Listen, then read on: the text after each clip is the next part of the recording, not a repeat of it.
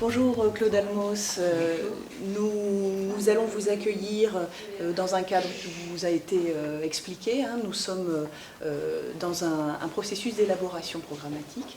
Nous accueillons des personnalités qui ont développé une pensée sur des thèmes qui nous intéressent, sur lesquels soit nous avons besoin de creuser, soit nous avons besoin de découvrir des choses que nous n'avons pas complètement pensées ou ficelées, etc.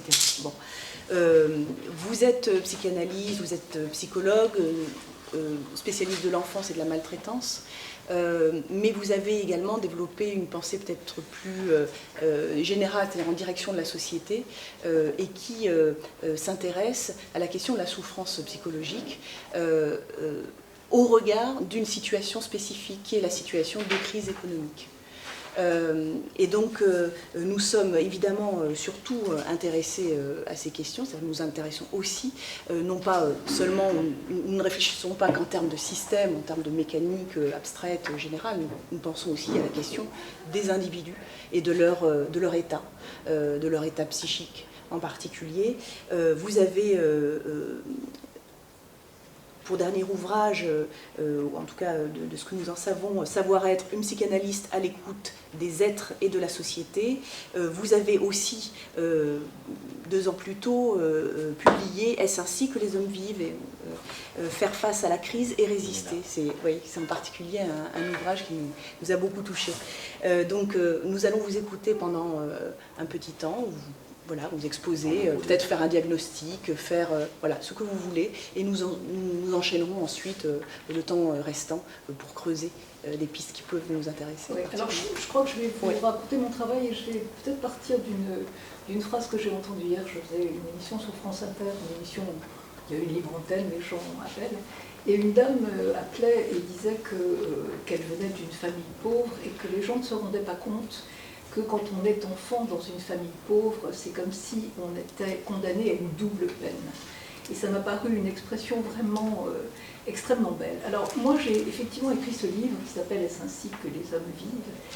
qui donc reprend, c'est pas tout à fait par hasard, un vers d'Aragon, parce que j'étais frappée par ce que j'entendais autour de moi, bien sûr dans mon cabinet, mais aussi dans la vie, des souffrances que vivaient les gens du fait de la crise économique, du fait du chômage, du fait de l'appauvrissement, de ce que ça provoquait chez eux, dans leur famille, auprès de leurs enfants, etc. Et ce qui m'a frappé, c'est que, quel que soit le sexe de ces personnes, l'âge, le milieu social, c'était la même chose qu'on entendait. Voilà. Et donc j'ai écrit ce livre et j'ai, pour l'étayer, fait faire une documentation par une journaliste. Cette documentation a cherché beaucoup sur Internet parce que ce sont des choses qu'on ne raconte pas dans les magazines, sans doute pour rester dans l'optimisme. Et donc voilà, mais par contre sur Internet, on a énormément de témoignages. J'ai voulu écrire ce livre parce que j'avais conscience que ces souffrances étaient totalement sous-estimées. C'est-à-dire qu'en règle générale, on dit, voilà, quelqu'un qui est au chômage, quelqu'un qui n'a pas d'argent, quelqu'un qui craint l'appauvrissement, il est angoissé, il est stressé. C'est-à-dire qu'on réduit ça à un stress. Et moi, j'entendais bien que c'était infiniment plus important que ça. Et j'ai donc dit dès le début de ce livre qu'en fait je considérais que la crise économique avait engendré une crise psychologique et que cette crise psychologique, on ne la comprenait pas, on la sous-estimait. Alors pourquoi est-ce qu'on la sous-estime ? Bon, moi j'y vois un certain nombre de raisons. La première, c'est que dans l'économie, pour l'économie libérale, les êtres humains sont des instruments qu'on utilise. Et je dis en général, quand je parle de tout ça en public, on voit mal pourquoi on s'interrogerait sur les états d'âme d'un tracteur. Je crois aussi qu'on n'en parle pas parce que la psy aujourd'hui qui tient le haut du pavé, alors il y a des psys qui travaillent, enfin des psys, je mets ces trois lettres entre guillemets, que je déteste au demeurant, mais bon, voilà, c'est la mode. C'est les psys, il y a des psys dans leur cabinet qui s'occupent tout à fait de ça, y compris des souffrances sociales, mais les psys qui tiennent le haut du pavé, à l'heure actuelle, ils nous vendent du bonheur, ils nous vendent du développement personnel et du bonheur. Et j'en parle là parce que, à mon avis, ça a une importance politique très grande, parce que ça fait des années qu'on explique aux gens qu'il faut qu'ils s'occupent de leur épanouissement personnel, du personnel, etc., c'est-à-dire en gros de leur nombril. Et que quand on incite des gens à s'occuper que de leur nombril et de ses alentours, comme je dis en général, on les détourne de la vie sociale, on les détourne du politique et de la politique. Bon. Et quant à la mode du bonheur, ça me semble profondément réactionnaire. Et là encore, avoir vraiment, alors ça avoir vraiment une influence parce que quand on nous dit bah, vous pouvez trouver le bonheur, c'est ça qu'on vend, hein, vous achetez nos petits bouquins, là, nos méthodes, machin, vous allez trouver le bonheur, on font 3 exercices. Ce qu'on dit quand même, alors évidemment on ne le dit jamais comme ça parce que ça serait trop clair, ce qu'on dit quand même c'est qu'on pourrait trouver le bonheur dans n'importe quelle conditions de vie. Hein.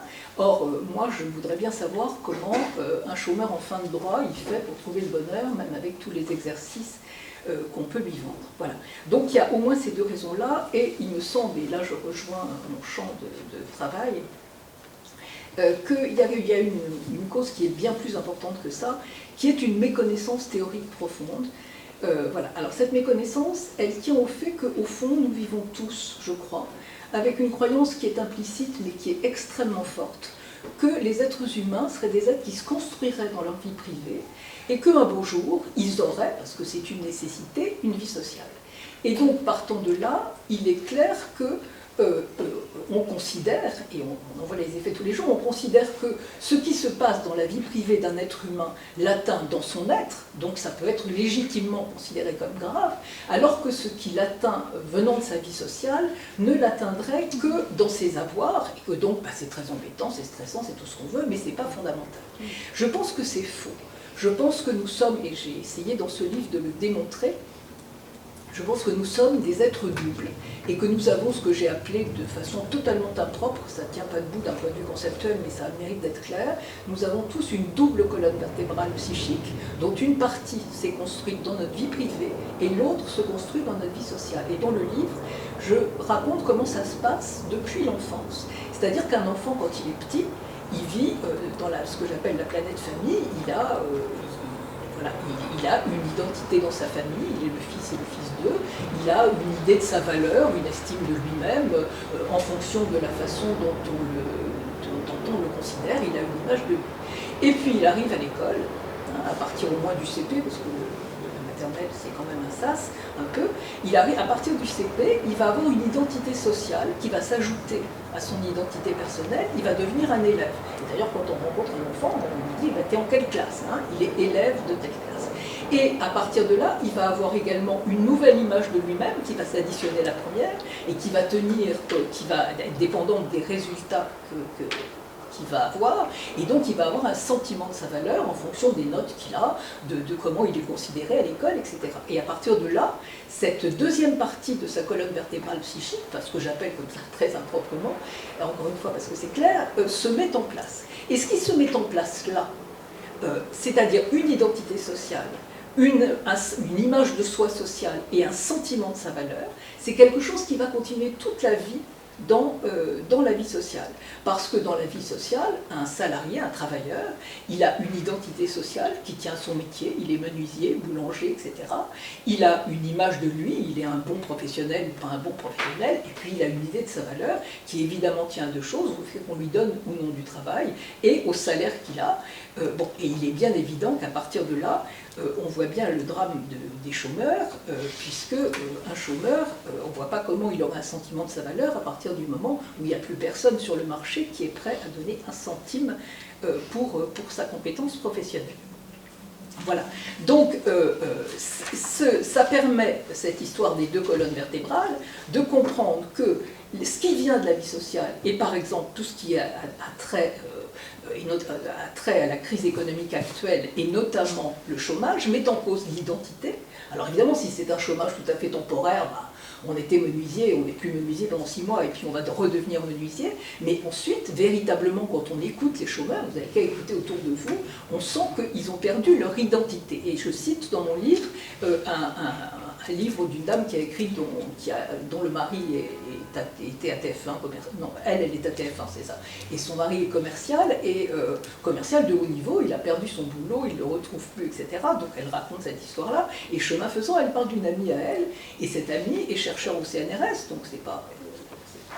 Elle a un métier, véritablement, mais elle est au chômage, et elle doit remplir la fiche de son petit garçon qui a 7 ans. Et sur la fiche, il y a écrit métier. Et elle n'arrive pas, elle est folle d'angoisse, parce qu'elle ne peut pas écrire, elle n'arrive pas à écrire chômeuse, ou demandeur d'emploi, etc. Et c'est son petit garçon qui lui dit, avec le génie d'un enfant de 7 ans, qui lui dit « Mais maman, tu en as un de métier, tu es chercheur, c'est du travail que tu n'as pas. » Et pour cette femme, elle n'a plus d'identité.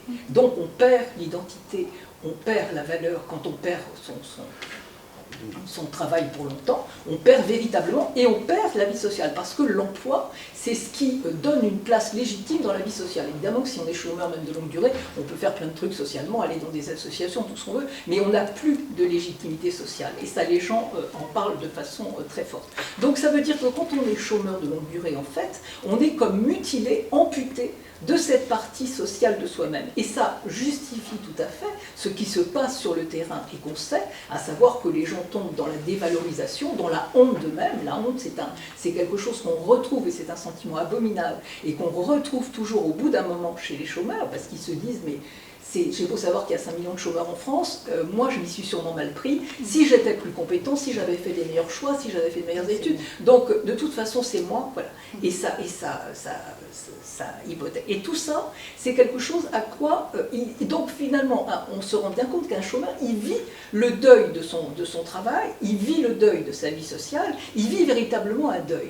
Or, ce qui est tout à fait frappant, et c'est bien là qu'on voit que les souffrances psychiques, les souffrances psychologiques qui viennent du social ne sont pas prises en compte, c'est que quand quelqu'un perd un être cher, on trouve tout à fait légitime qu'il fasse une dépression, on fera tout pour qu'il ne la fasse pas, mais pour autant, on trouve ça légitime, alors que si quelqu'un fait une dépression parce qu'il est chômeur de longue durée, tout son entourage lui dit, croyant l'aider d'ailleurs, mais enfin secoue-toi, mais enfin fais quelque chose, et on se dit qu'au bout du compte, il est fragile, et lui-même le pense. Et dans la spirale de la honte chez les chômeurs, et ça, dans mon livre, je cite vraiment des paroles de gens qui le racontent, ils finissent par de plus en plus se rendre, penser qu'ils sont tellement nuls, tellement incapables, tellement, etc., que, encore une fois, ils s'enferment, ils n'ont même plus la force d'aller chercher du travail, etc. Voilà. Alors évidemment, tout ça, en plus, parce que c'est des réactions en chaîne, on retrouve aussi sur Internet des gens qui racontent comment ça fout en l'air leur vie de couple. Il y a une femme notamment que je cite dans mon livre, et qui dit, une femme de 35 ans, et qui dit, mais enfin vous vous rendez compte, ça fait 1 mois qu'on s'engueule pour savoir si on va payer la note de l'électricité ou les impôts locaux, mon couple est en danger pour une histoire de facture. Et ça, c'est courant tous les jours. Et alors, il y a, puisque les enfants sont quand même un de mes domaines de travail privilégiés, il y a des effets dont on ne parle jamais de la crise sur les enfants. C'est-à-dire qu'il n'y a pas aujourd'hui, vous pouvez toujours chercher partout, vous ne trouverez pas un livre sur comment on se construit dans une famille qui vit dans la pénurie. D'ailleurs, vous ne trouverez pas non plus dans un magazine, vous trouverez des articles surtout sur comment les parents doivent faire par rapport aux petits derniers, par rapport aux querelles de leurs enfants. Bon, vous ne trouverez pas un article sur cette chose qui arrive tous les jours, c'est-à-dire le parent qui est obligé de dire à son enfant non pour un paquet de bonbons, alors que l'enfant il n'en a pas eu depuis 3 mois, puis il n'en aura pas dans les 3 mois qui viennent non plus. Et moi je peux dire en tant que psychanalyste que c'est tout à fait bien de dire à un enfant t'as déjà eu 2 paquets de bonbons mon vieux, t'en auras pas un 3e, ça va comme ça lui apprend que tous les désirs sont légitimes comme disait François Dolto, mais qui ne sont pas tous réalisables, et ça vaut mieux le savoir pour se construire dans la vie, c'était quand même une valeur assez sûre, mais lui dire tu n'auras pas de bonbons alors qu'il aurait tout à fait le droit d'en avoir et que c'est légitime, ça n'a rien à voir avec lui apprendre la limite, c'est lui imposer de se soumettre à une frustration injuste. Et l'enfant sait qu'elle est injuste. cette frustration, puisque dans le même supermarché, il rencontre dans l'allée une autre famille où il y a un petit garçon comme lui, et puis une petite fille comme elle, et dans le caddie, il y a les bonbons que lui il voudrait. Alors pourquoi il y en a qui ont des bonbons et il y en a qui n'ont pas de bonbons? Vu à hauteur d'enfant, c'est d'une violence, c'est impossible à comprendre, et c'est d'une violence terrible. C'est d'une violence terrible. Alors soit un enfant peut se soumettre à ça, et bon, soit c'est un facteur de violence, et ensuite ça donne ces événements qui se passent sur lesquels on s'interroge tellement, qui sont tous ces jeunes qui vont brûler des voitures, etc., etc. Donc je dis aussi dans le livre que contrairement à l'apparence, ce ne sont pas des actions collectives, ce sont des actions individuelles additionnées, ce qui n'est pas du tout la même chose, puisqu'il n'y a pas de discours politique aujourd'hui qui arrive à les organiser vraiment. C'est vraiment le problème. Et le danger de ça, c'est qu'à partir du moment où il y a ces additions de choses violentes, la seule façon qu'ils ont de s'en sortir, c'est de trouver une jouissance à ça. Et on sait que quand on est embarqué dans la jouissance de ça, ça peut aller très loin, c'est extrêmement destructeur, et politiquement, ça ne mène nulle part. Mais voilà, donc ça donne... bon, en plus, l'enfant se construit avec des parents qui ont honte d'eux, et c'est très important d'avoir des parents qui sont fiers d'eux-mêmes pour être fiers de soi. Voilà, il y a un sentiment de rejet, enfin vraiment, il faut, à hauteur d'enfant, comme je dis, c'est extrêmement important. Alors bon, on peut après rentrer dans les détails. Bon, alors tout ça, pour les chômeurs, se redouble à Pôle emploi. J'ai beaucoup travaillé sur ce qui se passe quand ils arrivent à Pôle emploi. Ces gens arrivent, je dis qu'ils sont fragiles comme des grands brûlés, et ils sont véritablement violentés. Non pas parce que les employés de Pôle emploi seraient spécialement méchants, mais parce que l'institution fonctionne de telle façon que c'est impossible. C'est-à-dire qu'il y a d'un côté des gens qui doivent trouver du boulot alors qu'il n'y en a pas, enfin qui doivent donner du boulot alors qu'il n'y en a pas, et les autres doivent en trouver alors qu'il n'y en a pas. Donc il y a un sociologue qui dit ça, que je cite dans mon livre, c'est génial, parce qu'il dit c'est un truc en miroir. On peut de toute façon pas s'en sortir. N'empêche que j'ai aussi regardé dans les détails ce qui se passe.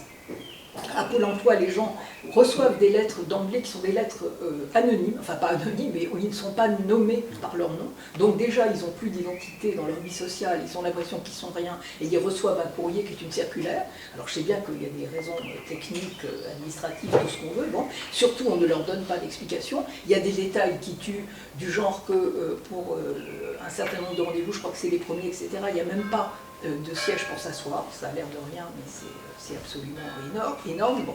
Et ces gens, en plus, alors ils sont au chômage, mais leur chômage a commencé par un traumatisme qui est un licenciement. Et j'explique dans le livre comment tout licenciement est forcément un traumatisme, et c'est un traumatisme qui ne sera jamais soigné parce qu'un chômeur perd avec son travail l'accès à la médecine du travail. Et c'est quelque chose, moi, sur quoi j'aurais vraiment envie de me battre, c'est que les chômeurs aient droit à la médecine du travail. Alors il y a des gens qui réclament une médecine des chômeurs, moi je pense, alors ça serait mieux que rien, hein, mais je pense que c'est une erreur parce que c'est de la ségrégation. Et ce que j'explique dans le livre, c'est que les chômeurs sont des blessés de la guerre économique. Et que dans une société civilisée, quand des blessés reviennent du front, en général on les respecte et on les soigne. Hein. Alors dans notre société, on ne les respecte pas. Je parle longuement des déclarations sur les chômeurs fainéants, ceux qui profitent du système, etc. etc., etc. Voilà, mais on ne les soigne pas non plus. Et donc je pense que ce serait fondamental qu'ils aient droit à cette médecine du travail en tant que privé d'emploi, mais membre à part entière et légitimement du monde du travail.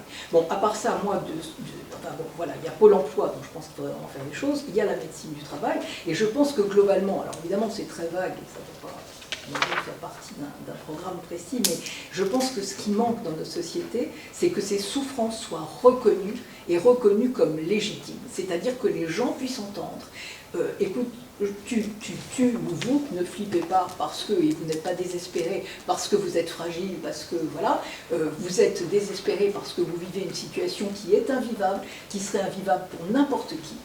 Et cette situation n'est pas de votre fait, elle est le fait d'une société qui, je cite le préambule de la Constitution de 1946, d'une société qui devrait vous donner du travail, qui a le devoir de vous donner du travail, comme vous en avez d'en trouver, mais elle a le devoir de vous en donner. Et c'est cette société qui est coupable parce qu'elle ne vous donne pas le travail qu'elle devrait vous donner. Voilà. Et par ailleurs, dans mon livre, je parle du collectif, et justement par rapport au développement personnel, au personnel et tout, du collectif, et de comment on ne peut résister que collectivement et que dans le collectif on se reconstruit parce qu'on reçoit mais qu'on donne et qu'on peut comprendre qu'on n'est pas rien.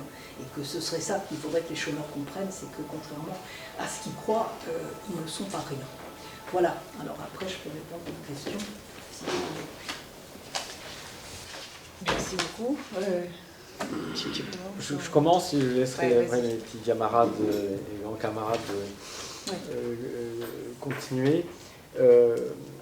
Une chose qui m'a attiré, parce que je m'intéresse à ces questions, même si ce n'est pas programmatique, mais qui est important dans ce que vous dites, c'est qu'on a beaucoup parlé justement des effets dramatiques que pouvait avoir l'absence de limites dans la construction de l'enfant, y compris un certain nombre de maîtres que vous connaissez bien. Voilà, cette absence de quelqu'un qui occupe la place de l'autre, l'idée de transcendance qui est imposée par la limite, comme justement susceptible de déclencher ces comportements asociaux ou de haine parce qu'il n'y a pas eu de limite.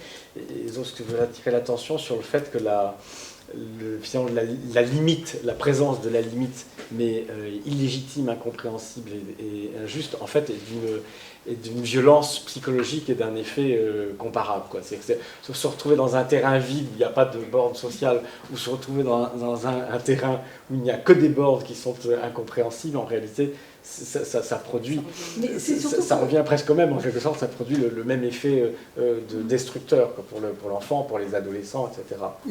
La pauvreté fait que l'apprentissage des limites par l'enfant est véritablement perverti. C'est-à-dire qu'on enfin, une limite, elle a du sens si elle est juste. Hein, tu as eu un paquet de bonbons, ton père il n'a pas 42 voitures, ta mère elle n'a pas 52 je sais pas quoi, donc tu n'as pas non plus tous les bonbons du magasin, point final. Voilà, c'est comme ça pour tout le monde. Bon. Mais là, c'est pas comme ça pour tout le monde et c'est pas juste. C'est-à-dire que c'est vraiment, on lui dit, tu dois te soumettre à la privation. C'est un écrasement, vraiment, pour un enfant. Et bien sûr qu'il y aurait il faudrait pouvoir lui expliquer ça, mais c'est extrêmement difficile d'expliquer à un enfant. On peut que juste lui dire c'est injuste. Ce que tu vis est injuste, mais c'est extrêmement... Et alors, on s'intéresse sans doute des points peut-être plus précis sur lesquels on a envie de questionner sur ce qu'on peut faire précisément, par exemple sur Pôle emploi, sur la médecine du travail. Mais il y a aussi un élément, je crois, c'est important que vous nous disiez peut-être un mot, c'est de la prise de conscience pour le politique, si j'ai bien compris de ce que vous nous dites, des effets à long terme de cela. C'est-à-dire que le problème de ce que vous montrez bien sur les effets, non seulement sur les individus qui sont touchés, mais sur la masse des personnes qui vivent avec eux, et notamment des enfants, c'est que c'est pas juste pour le moment de la crise. Donc c'est peut-être quelque chose que vous pourriez insister sur cet effet d'accumulation, parce que ça entraîne, évidemment, probablement en termes politiques, un vrai problème à prendre en compte. Il ne s'agit pas juste d'alléger les souffrances des gens maintenant, aujourd'hui. C'est qu'il faut tenir compte de l'effet générationnel. Oui, mais la vraie question, c'est pour ça que je posais la question centrale de cette histoire, c'est comment on se construit dans une situation comme ça, où vraiment tout est perverti, quoi. Où les parents n'ont plus une existence sociale reconnue, où ils se sentent être rien. Comment on se construit, encore une fois, quand il n'y a pas le strict nécessaire. Enfin, moi, j'ai travaillé dans la banlieue nord de Paris, à l'hôpital. Il y a des gens qui vraiment n'ont strictement rien. Enfin, ils ne savent pas comment ils vont manger le lendemain. Comment on peut se construire là-dedans? Et je pense qu'on est en train de préparer des catastrophes pour les générations, pour vraiment les générations à venir, bien sûr. Oui, ça, bien sûr, mais avec un réservoir de violence en plus. Quel genre de catastrophe? De toute façon, de toute façon, je veux dire, comment, je sais pas comment dire, comment est-ce qu'on peut vivre les enfants, ils ont un sentiment très aigu de la justice et de l'injustice. Ils disent c'est pas juste, etc. Bon, cet exemple aura des pâquerettes, du paquet de bonbons, ceux qui ont un caddie plein au supermarché, ceux qui l'ont pas. C'est quelque chose de terrible. On peut pas, on se vit comment? C'est-à-dire qu'on a des parents, moi j'ai travaillé avec des enfants, je ne suis pas la seule, hein, mais à l'hôpital, ils étaient la troisième génération. C'est-à-dire que leurs parents étaient chômeurs, leurs grands-parents étaient chômeurs. C'est-à-dire qu'ils étaient les seuls qui se levaient le matin parce qu'il n'y avait plus rien, je le dis dans le livre, il y avait leurs parents, leurs grands-parents, la société ne leur donnait aucun rendez-vous à ces gens, donc ils n'avaient aucune raison de sortir de la maison, donc l'enfant était le seul qui sortait. Je crois que je ne peux même pas répondre à votre question parce qu'on ne peut même pas imaginer ce que ça peut donner. Parce que de toute façon, à partir de là, on sait que l'accès à la connaissance, ce qui se passe à l'école, etc., est de toute façon largement hypothéqué, et que de toute façon on sait bien qu'il y a tous ces effets pervers à l'école du fait que ces populations, de toute façon, c'est très difficile de travailler avec eux, donc c'est difficile pour les enseignants de travailler avec eux, il y a un découragement d'emblée et tout. Je crois qu'on ne peut même pas imaginer ce qu'on est en train de fabriquer. Et on n'arrive pas à l'imaginer parce qu'on n'arrive pas à descendre au ras des pâquerettes du quotidien des gens et de la vie quotidienne des gens. À commencer par mes collègues des psys qui vraiment ne s'en rendent pas assez compte. Alors justement, est-ce qu'il n'y a pas une piste cette fois-ci, puisque nous nous y intéressons et nous avons besoin de réfléchir à des solutions. Et outre le changement, la transformation sociale, etc. Ça, c'est une partie de la solution du problème. Bon. Mais, y compris, est-ce que vous avez des idées justement sur la question de la prise en charge psychique, psychologique ou psychiatrique? Qu'est-ce qu'on fait de la médecine psychiatrique? La médecine psychiatrique, en règle générale, je ne sais pas ce qu'on peut en faire, mais en tout cas, il faudrait qu'elle s'occupe de ça. Voilà. Et je pense qu'il y a des études à faire. Il y a vraiment, et notamment au niveau des enfants, et au niveau des adultes aussi, je pense qu'il y a vraiment un travail énorme à faire pour recenser les souffrances et le sens qu'elles ont, que vivent tous ces gens frappés, parce que dans mon livre, je dis que le chômage est une maltraitance sociale, et moi je suis quelqu'un qui se bat beaucoup sur la maltraitance des enfants, donc c'est pas pour rien non plus que c'est ce mot-là qui m'est venu, mais je pense vraiment que c'est ça. Donc comment ces adultes maltraités, qu'est-ce qu'ils vivent, quels symptômes ils développent, comment on pourrait les aider? Là, il y a une étude à faire. Moi, je peux juste dire ce que je dis dans mon livre, je ne peux pas aller plus loin. Et il n'y a rien. Et pour ce qui est des enfants, mais il y aurait vraiment un travail tout à fait passionnant en demeurant à faire pour justement cette dame qui parlait de double peine, et bien la deuxième partie de la peine, on sait travailler sur l'histoire personnelle des enfants, comment ça se transmet de génération en génération, les problèmes, bon, tout ça on sait faire, en tout cas on devrait savoir faire, quand on fait mon métier, bon ça va. Mais l'autre partie, il y aurait vraiment à écouter les enfants pour savoir comment ils vivent tout ça, et comment on peut essayer de les aider, de les soutenir, de soutenir leurs parents, etc. Et moi je pense par exemple, j'ai toujours défendu ça dans tous les endroits où j'ai travaillé, mais que les écoles c'est un endroit énorme. Enfin, c'est un endroit qui pourrait jouer un rôle formidable, parce que quand il y a un directeur d'école quelque part qui a envie d'aider les parents à aider leurs enfants, à la fois sur le plan psychologique bien sûr, mais aussi sur le plan matériel, qui essaye d'inventer des solutions, on sait bien que par rapport à tous les problèmes de racisme, dans les petites classes, si on fait faire des gâteaux par les mamans de diverses, ça a l'air tout con, mais si on fait faire des gâteaux par les mamans de diverses nationalités, etc., enfin si on met une carte du monde au fond de la classe, il y a un accès par divers biais à l'étranger, à l'autre différent. Voilà. Mais je pense que là, on est presque en terrain vierge, c'est-à-dire qu'il y a du travail à faire de recenser l'état des lieux, quoi. De recenser les effets. C'est quelque chose qui est ignoré, mais vraiment, qui est non seulement ignoré, mais nié. Et je pense que c'est pas nié par hasard, c'est-à-dire qu'on a déjà du mal à reconnaître sur le plan du corps les maladies professionnelles. Et là, si on se met à dire que la crise économique, elle rend les gens fous et malades, ça va faire désordre. Mais moi, je le dis, et j'ai écrit un livre pour le dire, je le dis, je suis prêt à le défendre, et je pense que simplement, mon livre, c'est juste un embryon de recherche de quelque chose, et qu'il y a une recherche de terrain à faire, encore une fois, aussi bien dans le domaine des adultes que dans celui des enfants, qui est énorme, quoi.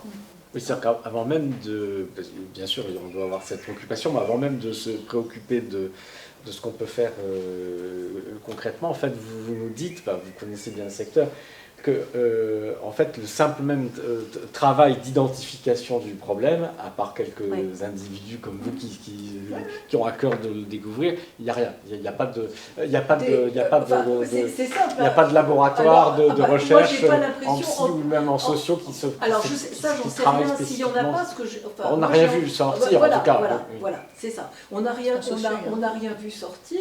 Et en sociaux, il y a beaucoup sur la souffrance. On a reçu Christophe de Joux, sur la souffrance au travail. Oui, non, mais sur la pauvreté. Sur la pauvreté et les effets, oui, les effets du chômage. Il n'y a pas tant de choses que ça. Moi, je fais. Enfin, il n'y a pas tant de choses que ça. Et surtout, si vous voulez, c'est quand même des. Enfin, il n'y a pas la dimension. On peut pas éviter la dimension politique dans ces recherches-là. C'est une articulation avec le politique. On peut pas faire l'économie de ça. Moi, je parle beaucoup, par exemple, dans le livre de l'alimentation. Hein, je parle de ces gens des strates.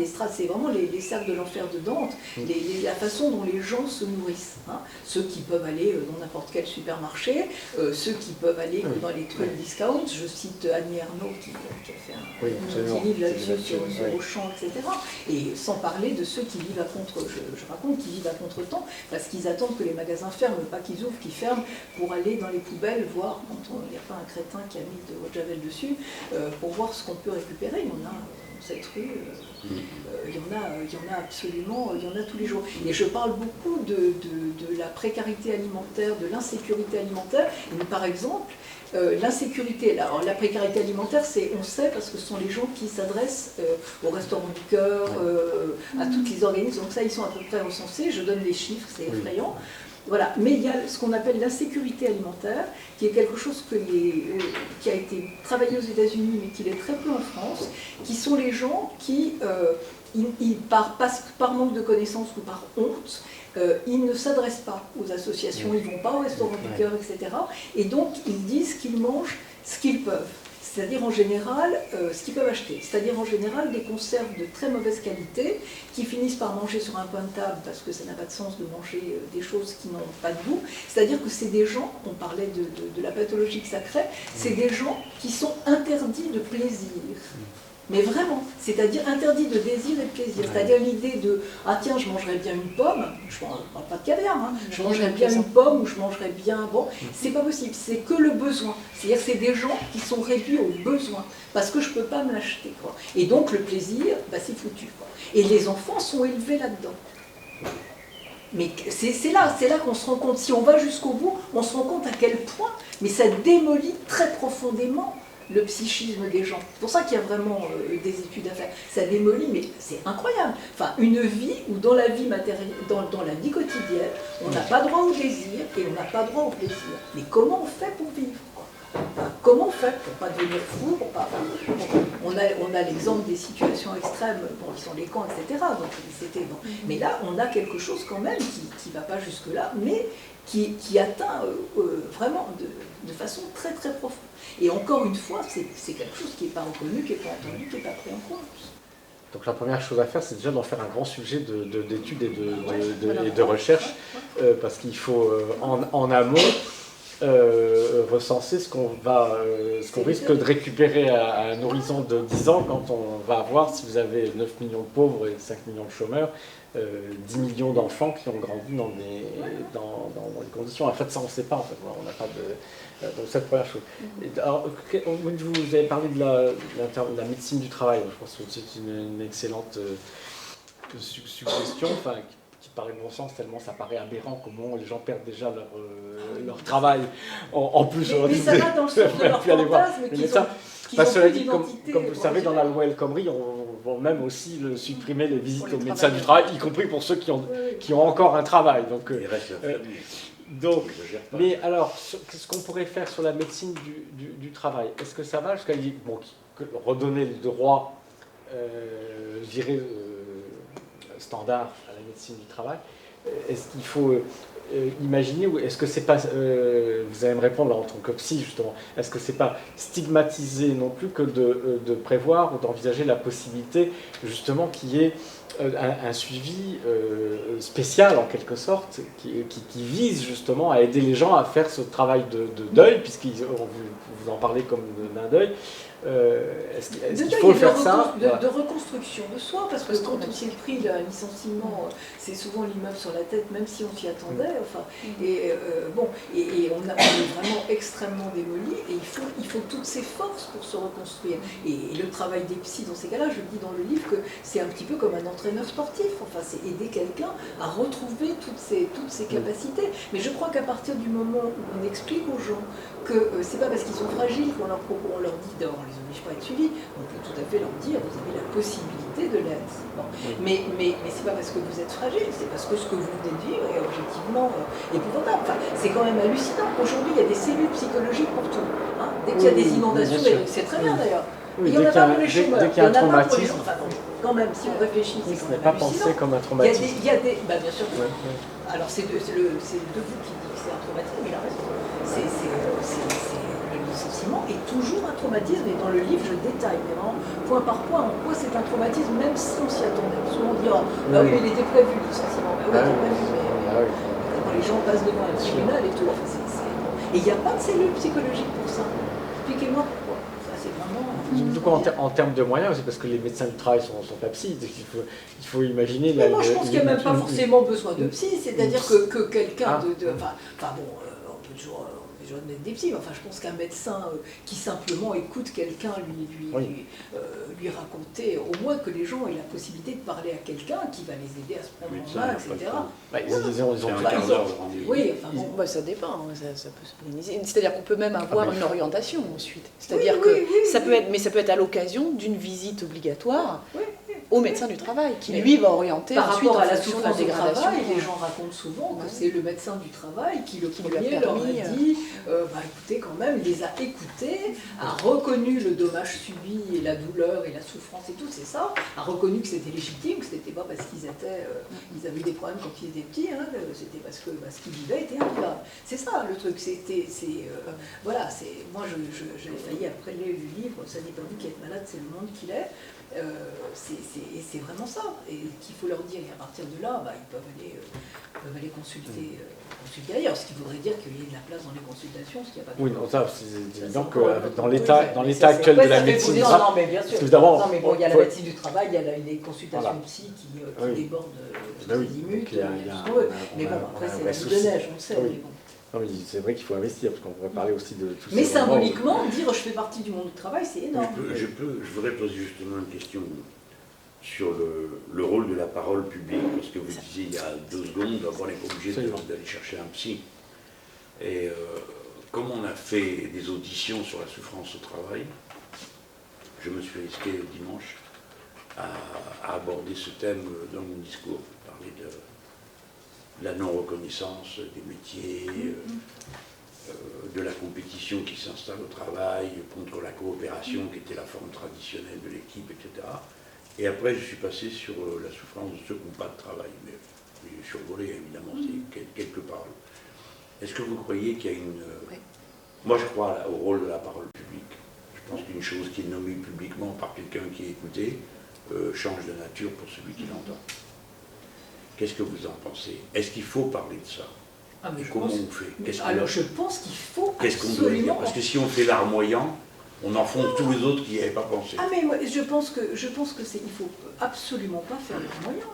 Il faut faire, quand on a un copain qui vient de perdre son boulot, ou perdre sa femme d'ailleurs, mais bon, qui est écroulé, on ne lui fait pas dans le genre larmoyant, on l'aide à retrouver ses forces. C'est-à-dire que ce dont les gens qui souffrent encore une fois, de cette maltraitance qui est sociale, qui est le chômage, ils ont besoin qu'on leur dise ça. Ce que vous vivez n'est pas vivable.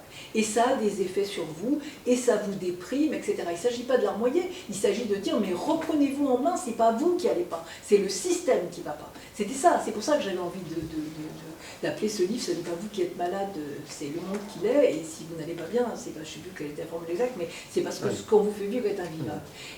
Mais c'est ça, c'est ce qu'on vous fait vivre est invivable.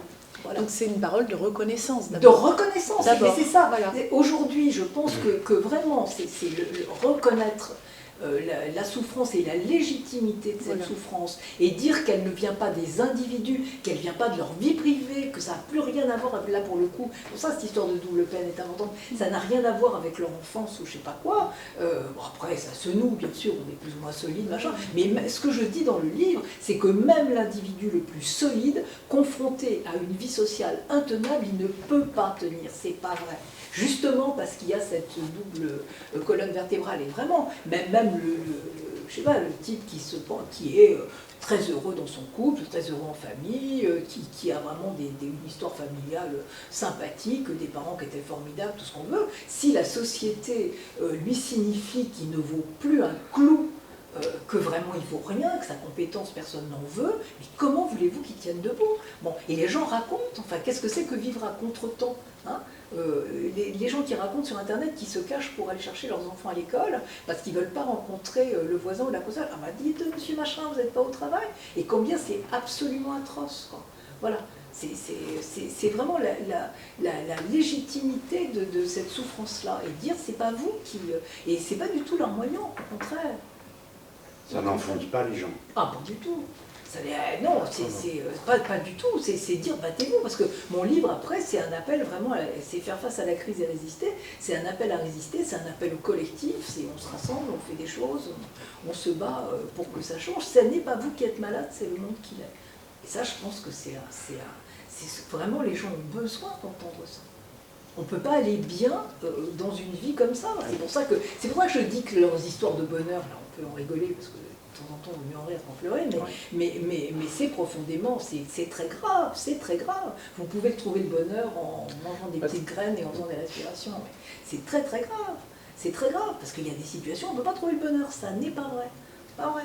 Pas vrai. Le discours à tenir, pour aller dans le sens que vous dites sur la parole publique face à ces gens qui sont en souffrance du fait de la crise ou du chômage, je veux dire, si je vous ai bien lu et compris, en fait, c'est le même discours en fait, que celui que la parole publique doit tenir par rapport au traitement qui est fait justement du problème du chômage comme un problème qui viendrait justement des individus, ces discours qui tendent à vouloir responsabiliser les chômeurs, qui seraient finalement des assistés s'il n'y a pas une contrepartie, etc.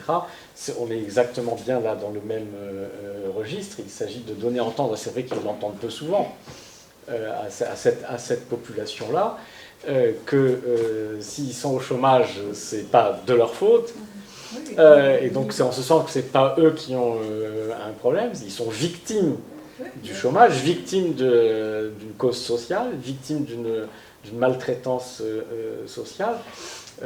Et donc c'est exact, enfin, c'est bien ça, c'est le même discours, que dire cette vérité, rétablir la vérité d'où vient le mal, c'est ce qui permet à l'individu de comprendre effectivement c'est pas lui qui vaut rien, même si c'est le message qu'on lui envoie, il y a peut-être quelque chose dans la société qui vaut rien. Pour moi, ça désigne éventuellement un adversaire ou quelque chose à quoi résister. Oui, mais il faut aussi pouvoir... Enfin, alors comment on peut le dire quand on est psy, on peut le dire, quand on est un peu libre, comment on peut le dire, je ne sais pas, mais que ça atteint très profondément, que voilà, je ne sais pas comment on peut traduire ça, parce que c'est une question de traduction, mais dans un langage public, mais comment ça atteint vraiment, enfin, parce que moi vraiment j'ai cette idée de l'être coupé en deux, moitié privé, moitié social, qui est détruit, voire amputé complètement d'une partie de lui-même, enfin c'est vraiment, bon, voilà, et ça, comment on peut le faire entendre aux gens, je ne sais pas, mais en tout cas, c'est bon, c'est très important, avec le bémol que les gens ont besoin qu'on leur fasse des propositions concrètes pour qu'ils entendent que c'est pas juste un truc pour les manipuler, parce qu'il y a quand même, la défiance, c'est fait aussi partie de la désespérance, hein, la défiance vis-à-vis du politique en général. Quand même. Est-ce que vous diriez, parce que là je pense en termes justement d'action publique et problématique, parce que, par exemple dans les pistes de réflexion qu'on étudie face à ces questions graves, des situations, il y a aussi des boîtes qui ferment et qu'on ne peut éventuellement pas empêcher de fermer, il y a des gens qui de toute façon peuvent se retrouver au chômage. L'idée d'une sécurité sociale un peu totale et intégrale qui maintient aux individus leurs droits. Quand vous n'avez plus de droits, vous parlez des fins de droit, etc. Donc il ne rend pas les droits conditionnels au fait d'avoir travaillé tant. Donc l'idée d'une sécurité sociale qui maintient les droits des gens, une entreprise ferme ou quelqu'un perd son emploi, qui maintient les droits, y compris le droit à revenu, et y compris éventuellement le droit à l'emploi pour ceux qui souhaiteraient, parce qu'il y a toujours plein de choses à faire. Et toujours plein de besoins, enfin, d'avoir un État en quelque sorte employeur de dernier ressort qui a toujours des choses à proposer à des gens qui ne retrouveraient pas immédiatement une activité dans leur domaine et qui souhaiteraient, on est bien dans le désir, qui souhaiteraient, plutôt que d'être simplement dans la recherche ou en formation, qui souhaiteraient faire quelque chose avec des gens. Est-ce que néanmoins, mais imaginons que nous puissions mettre en place ceci, que quelqu'un est licencié, en fait, il garde son revenu, il garde tous ses droits, et en plus, même si plutôt que d'être intégralement dans la recherche d'activité, ou si on n'en trouve pas, eh bien on dit, mais il y a des choses à faire. S'il y a quelque chose qui vous intéresse dans tout ce qu'il y a à faire, et je sais s'il y a des choses à faire, hein, dans le service public, il y a des tas de besoins, etc. Est-ce que néanmoins, je pense évidemment que ce serait déjà pas mal pour les gens, c'est sûr. Mais est-ce que néanmoins, ça répond, je ne pense pas que ça répond totalement au problème, parce que néanmoins, ce que vous me diriez le problème, enfin c'est vous qui allez le dire, c'est que ça ne supprime pas le traumatisme de la rupture. Non, ça bien sûr, mais ce qui est important, parce qu'il y a l'idée bien sûr de garder son salaire, mais on voit bien que quand les gens cherchent et le désespoir quand ils ne trouvent pas, c'est bien sûr parce qu'ils vont pas retrouver un salaire qui leur donne de quoi vivre, ça c'est tout à fait évident, mais c'est surtout qu'ils ne vont pas retrouver une utilité sociale et du coup une estime possible d'eux-mêmes. Et donc je pense que ça serait très important qu'il y ait l'idée en échange d'un salaire, mais de travaux qu'on puisse faire et qui servent à la collectivité. Les chômeurs, ils ont l'impression qu'ils servent à personne, qui ne servent plus à rien, qui n'ont plus aucune utilité. Cette idée de trouver quelque chose qui soit utile, et Dieu sait s'il y a des choses utiles à faire, ce serait vraiment tout à fait important. Mais à condition que ce soit sur la base du désir et du volontariat. Parce que sinon, on retombe dans le... Je pense que ce qu'on fait quand on dit responsabiliser les chômeurs, vous voyez, c'est toute l'ambiguïté. C'est-à-dire que vous avez des revenus, mais dans mon esprit, c'est pas conditionnel. C'est pas on garde votre revenu si vous faites quelque chose. Non, on garde votre revenu parce que vous êtes un membre d'une communauté humaine dans laquelle le fait que vous soyez, vous, victime d'un accident social ne fait pas disparaître votre droit à continuer votre vie, à une formation, à avoir le temps de trouver du travail dans des bonnes conditions ou avoir une activité. Mais il faut aussi que les gens sentent que ça n'a rien à voir avec les discours qui disent si tu as retrouvé une boulot en 3 mois, on te sucre tes indemnités. Ça n'a rien à voir. Mais je crois que ça serait important que les gens, on leur signifie qu'ils ont toujours des capacités. Voilà, absolument. Quand on veut signifier à quelqu'un qu'il a des capacités, si on lui demande « est-ce que tu veux faire ça ?» au moment où je pense qu'il n'en a plus aucune, c'est peu probable qu'il dise oui. Alors que si on lui dit « mais il y a ça à faire, on a besoin de bras, allons-y », c'est quelque chose qui le regonfle. Et c'est différent de l'assistanat. Et ça, c'est vachement important. Et c'est des choses qui n'existent pas et qui seraient oui, moi je l'ai remarqué ça, parce que, à moitié amusement, il m'arrive quand j'interviens, même avec les gamins, de dire bon, il va falloir retrousser les manches parce que j'ai besoin. J'ai aucun droit, ni aucune légitimité à dire j'ai besoin, et il faudra que vous le fassiez. Alors je mets le doigt comme ça, et contrairement à ce qu'on pouvait imaginer au départ, il n'y a pas le sourire goguenard, genre mais pour qui tu te prends, c'est l'inverse. Bien sûr. C'est ah bon, genre on y va chef. Mais bien sûr, mais si on dit à un enfant, mais c'est pour ça, c'est toute la question des limites, c'est pour ça que les enfants on dit toujours, les limites ils se battent contre et en même temps ils attendent qu'on leur mette. Parce que quand on dit à un môme, mais tu vas le faire ce devoir, on lui signifie on pense qu'il est capable. Alors que si on le laisse, c'est comme s'il n'était pas capable. Et avec les adultes, c'est la même chose. Donc l'idée je pense que c'est important aussi à un moment donné qu'on dise, mais nous on sait que vous avez des capacités, et vos capacités on en a besoin. Alors même si vous n'avez pas envie, vous ne bougez pas. Et c'est pas du tout la même chose, que ça n'a rien à voir avec cette espèce de truc de dire tu trouves un boulot, même à 800 km de chez toi, sinon tu n'as plus d'indemnité. Et sur Pôle emploi, alors, qui est le sujet, c'est un vaste souci. Le mieux, ce serait que les gens aient des emplois à proposer. Donc c'est plutôt notre solution. Mais est-ce que vous voyez, à part me prévoir des chaises pour les gens quand on leur donne un rendez-vous, mais une chaise, c'est une place. Une chaise, non, mais ce que j'allais dire, mais si, parce que vous avez indiqué deux trucs qui m'ont choqué, mais enfin pas que vous le disiez, mais que ce soit une réalité, mais peut-être que la liste est longue. Parce que peut-être que finalement... mais je pense que là, il y a un état des lieux à faire aussi. Oui, c'est ça, c'est pareil. Parce qu'il n'y a qu'à aller interviewer les gens. Mais dans mon livre, je cite quelqu'un aussi, on l'a trouvé sur Internet, qui est un responsable de Pôle emploi, je ne sais pas quel niveau, et il dit, les gens, quelquefois, ce qui est important pour eux, même si on ne peut rien leur donner comme travail, c'est au moins qu'on leur explique. Qu'on les prenne en compte, qu'on les considère, qu'on les fasse venir dans un bureau, qu'on les fasse asseoir, qu'on les respecte, quoi. On les respecte. Hein, on n'a rien à vous donner, bon, voilà, on ne va pas faire de miracle, le boulot, il n'y en a pas, mais au moins vous êtes respectable. Et ce qui déchaîne la violence à Pôle emploi, c'est le fait que les gens ne se sentent absolument pas respectés. Ils sont chosifiés. Ils sont traités. Et encore. Ouais, c'est ça, ils sont plus des personnes, ils sont plus... Ouais. D'accord, donc on envoie des lettres à des gens, on ne prend même pas le soin de dire monsieur un tel. Il y a des circulaires, mais je pense que là en plus, moi j'ai appelé la partie sûrement, mais toute petite partie émergée de l'iceberg, avec les trucs qu'on avait sur Internet. Je pense que si on allait y voir de près, y compris en interrogeant des gens à Pôle emploi Et ils attaquent la journée, et ils ont un objectif de dossier à traiter, ils savent commençant la journée, ils ne peuvent pas l'atteindre. Donc toute la journée, ce qu'ils font, ils savent que ça ne sert à rien. Ils ne vont pas tenir. Et la direction, pour les calmer, leur verse sans arrêt des primes par surprise.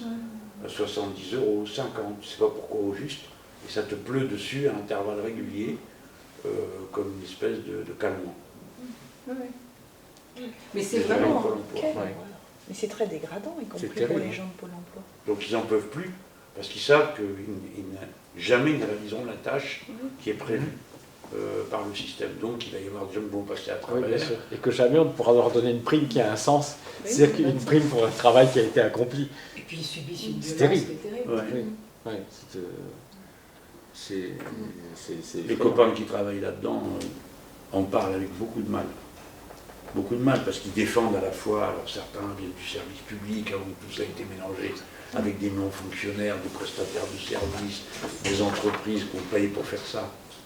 Et ceux qui défendent Pôle emploi, service public, sont dans une espèce de douleur permanente, parce qu'ils ne savent plus bien ce qu'ils défendent.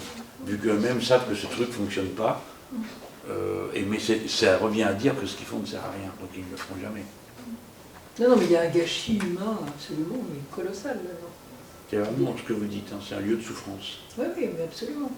Et c'est le symptôme c'est vraiment le symptôme de tout ce qui se passe. Et là aussi, il y aurait vraiment des études à faire pour voir dans le détail ce qui s'y passe. Excusez-moi, on va devoir se quitter, mais j'avais quand même, j'avais quand même une petite interrogation parce que vous avez commencé à aborder la question du rôle de l'école dans quoi, dans quelque chose qui pourrait être un moyen, un soutien pour les enfants de chômeurs de se représenter. Sujet. Alors moi je défends beaucoup l'idée que ça fait hurler plein d'enseignants. Moi je pense que l'école doit être un lieu, enfin si c'est vraiment l'école de la République, ça doit être un lieu où on éduque aussi. Alors les enseignants, quand je dis ça, Madame Amos, on n'arrive déjà pas à enseigner, en plus vous voulez qu'on éduque, c'est les familles qui éduquent. Mais on sait bien qu'aujourd'hui, il y a plein de gens qui, parce qu'ils sont, par leur histoire familiale, mais ça il y en a toujours eu, mais parce qu'il y a plein de gens aujourd'hui qui, à cause de la crise économique, des conditions matérielles d'existence, à cause du déracinement, il y a des familles qui auraient tenu dans leur pays, là qui ne tiennent pas parce qu'il y a l'exil, parce qu'il y a le déracinement, parce qu'il y a la langue, parce qu'il y a le rejet social, il y a tout ce qu'on veut. Et ça fait exploser des problèmes nationaux. Donc on sait qu'il y a des enfants qui n'ont pas le minimum de structure éducative dont ils ont besoin. Et moi je pense que l'école devrait pouvoir leur donner. Je pense d'ailleurs que c'est pas plus dur de bosser comme ça. Alors, j'ai quand même beaucoup mis les mains dans le cambouis, à mon avis, auprès des enfants, c'est pas plus dur de travailler, c'est bien plus intéressant parce qu'on fait avancer les choses.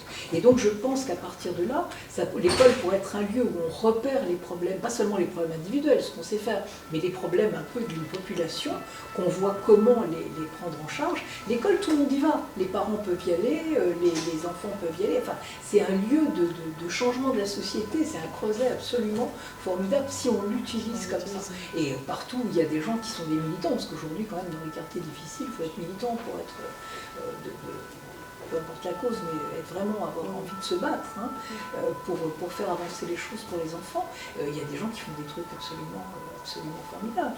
Et il y aurait des trucs formidables à faire.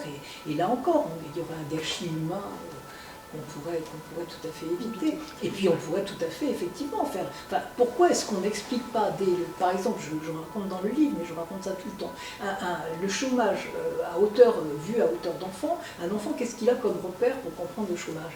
Il a son repère de vie d'enfant à lui. Quand est-ce qu'on se fait virer de l'école quand on est petit? Quand on a mal travaillé ou quand on a fait trop de bêtises. Donc il y a plein d'enfants qui croient que leurs parents se font virer de leur travail parce qu'ils ont mal travaillé ou parce qu'ils ont fait des bêtises. Ils n'osent pas leur en parler parce que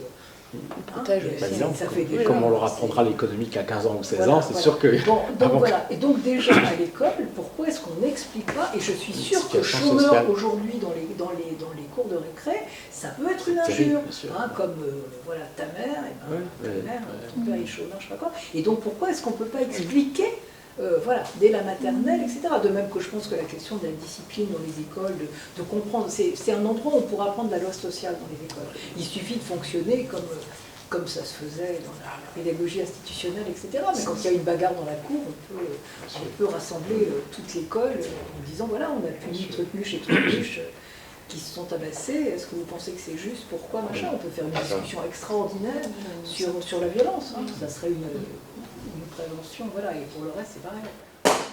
Voilà, ça va. En plein accord. Je l'ai écrit dans des dizaines de livres. Il faut les moyens, mais mais alors vous avez raison, en général ça fait hurler, y compris dans nos milieux républicains de gauche. Il ne faut même pas les moyens matériels, parce que je pense qu'avec ce qu'on a, si les gens veulent, ils font. Oui. Alors là, pour le coup, ça serait mieux d'avoir des moyens, on est d'accord, mais franchement, pour ça... Humain, parce que... Oui, des moyens humains. Si on veut que des référents adultes puissent aider des enfants, il faut qu'ils soient présents. Vous avez bien des collèges ou des écoles où il n'y a personne dans la cour de récréation parce qu'il y a personne, où vous avez des enseignants qui sont submergés de tâches. Donc effectivement, ça demande quand même des moyens humains. Moyens matériels, non, mais des gens. Les enfants, là, ils ont besoin de gens pour leur parler, pour les éduquer. Mais par exemple, je suis convaincu, c'est que la société ne peut pas juste rester le cul posé sur sa chaise dans les situations où, de fait, les parents, pour des tas de raisons, on n'est pas là pour juger, mais se trouvent défaillants. Et c'est se mettre des rondelles de saucisson devant les yeux, de ne pas reconnaître qu'il y a défaillance. La résistance du corps enseignant, il faut faire attention. Oui, bien sûr. Comme ça vient s'ajouter un débat complètement dément qui s'est propagé sur la différence entre les républicains, paraît-il, et les pédagogues, peut-être pas au courant de cette oui. Mes amis. Alors les uns sont censés être pour éveiller, et les autres pour transmettre des connaissances. Bataille de tranchées qui s'est aggravée du fait que les uns suspectent les autres de commencer la dévalorisation de l'école à travers le fait qu'on lui fait faire autre chose que ce pourquoi elle est, disent-ils, et à quoi ils sont formés eux, qui est de transmettre des disciplines. Et les autres soupçonnent du premier de morgue de classe en disant de toute façon vous ne teniez aucun compte des habitus et du fait qu'on doit aller à contre-courant de ça et donc il faut éveiller, blablabla, apprendre à apprendre.